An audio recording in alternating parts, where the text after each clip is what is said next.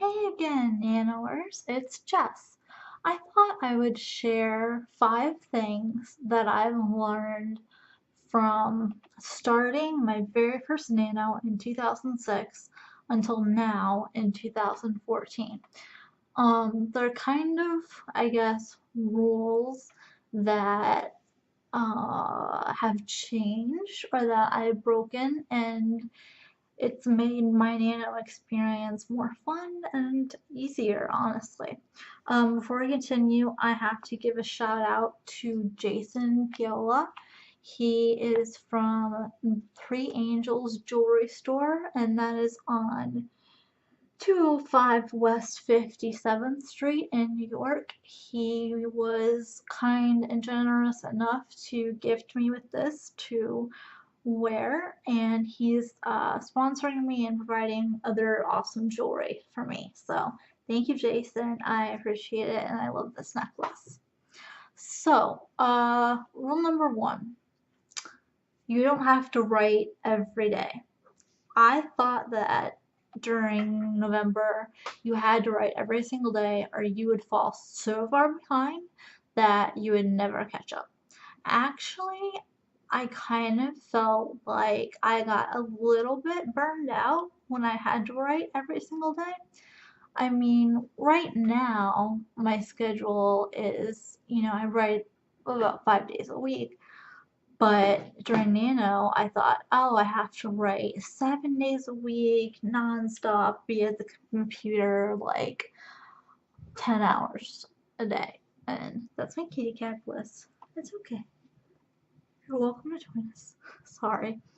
And I just realized that that's not the case. By not writing every day, I can spend time not editing, but um, thinking about the plot. How do I propel it forward better? And that thinking time, if I take, let's say, a Monday off and I don't write, that thinking time really, really helps when I sit down to write the next day. I'm just raring to go. I've got my direction. I know what I want. Even if I had a chapter by chapter outline, um, not writing every day gives me that extra 24 hours. Those are candles, baby. Don't catch on fire. Gives me that extra 24 hours to really make sure I'm happy with my plot and with the direction the story is going in. Again, I don't go into my draft and revise, but I don't write every day. So, number 2, do map out your target word count. So, I get one of those huge desk calendars, and I write every day in one color pen, like I'll do in blue, word count that I have to have. I'll put it in every single day, even if I don't write every day, to stay on track.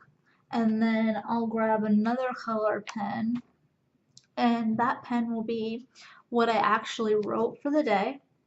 And then I'll grab a third color pen, and I'll do either a plus or minus sign. And next to that, it will be if I'm ahead of schedule or behind schedule. And that will tell me how many words either ahead or behind I am. And that kind of helps me when I decide to plan my day off. It'll tell me what I need to do during the time when I get back and start writing, if I have to really go at it like crazy, or if I'm able to coast a little bit. Number 3, don't rush so much that your novel is full of plot holes. Sorry, screensaver again. So sorry, my screensaver again. I have to turn that off. So don't rush and make your novel filled with plot holes. Yes, the whole point of Nano is to get a book out in 30 days. However, in my opinion, if I were to write,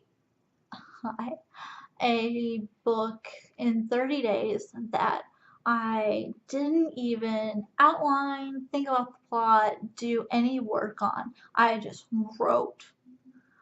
I would write one that was a total disastrous mess, that there would be no way, aside from the basic concept, like the bare bones, there would be no way to save it in December. And if you're planning on publishing your novel or submitting it to agents, you obviously want something that is going to be in shape that you can show to people. And again, that's not what November is for. It's not for editing. We know that we have National Edmo, and that is for editing. But I still think that if you rush and say write your entire novel in 24 hours, I'm sure a ton of people can do that. I can't. Again, if I did, my novel would be pretty much not fixable. I would have to trash almost all of it. And for me, that kind of then wastes Nano. I mean, I don't want to sit there and edit, but I do want to write something that I don't have to completely revamp the entire thing.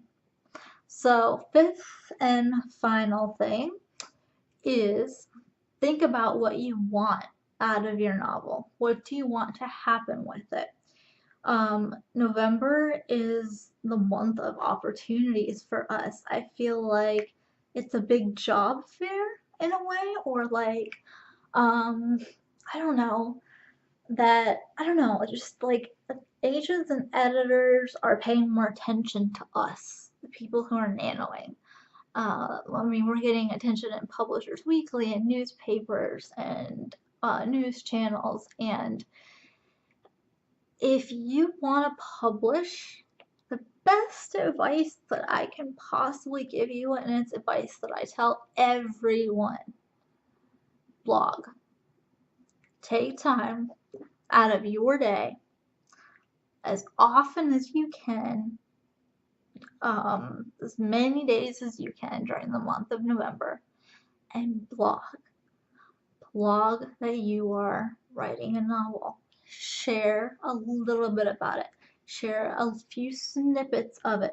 Not more than a couple sentences, because you get into that whole copyright mess where and some blogs were like, oh, we own this now, you can't publish it. And you also don't want, if you have something super high concept, you don't want somebody to steal your idea. But blog and talk about, why did you decide to write this topic?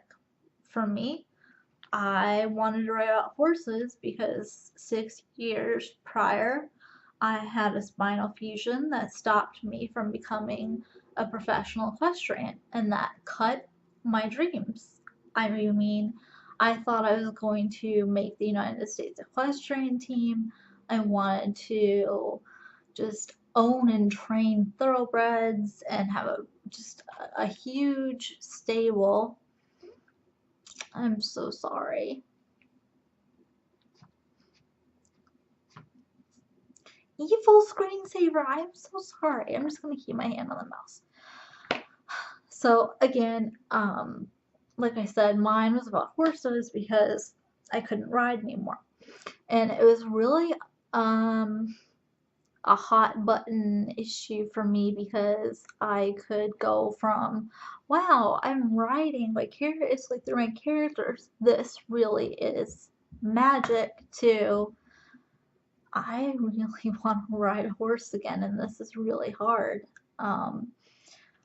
It also, kind of the subplot of the story was, was that I had surgery for scoliosis. So my blog became kind of this place where other teens and even some adults who had had spinal surgery 30, 40 years ago came and said, hey, I have or had scoliosis. This is really a cool place. can we talk about it in the comments? And I was just like, absolutely. So my blog turned into a little bit of a meeting place, like a support group. And after Nano, I did form a group for people to chat online about scoliosis and what they were going through and experiencing, because I wasn't the only one. There are girls and guys who get it. And it's becoming scarily, I think, more common, and we don't know why. So, um, there are two things, and those two things, when Take the Reins, my Nano novel, was published, I got attention from the horse world and from Shriners Hospital for Children, because they were the hospital that performed my surgery. So I got marketing out of two things that I just discussed on a blog, and that's why I would highly, highly recommend to you to start your blog. Start it tonight. You still got time. It's only 9 o'clock here. So those are my top 5 rules that I wouldn't have, I guess I kind of like flirted with breaking them, but I would definitely, at least if you do nothing else, please blog. And if you do, hit me up on Twitter and shoot me your blog address, and I will retweet it to everyone and let them know that you are a NaNoWriMo blogger. So find my blog at jessicaburkhartblog.com, and I will see you on the forums. Bye!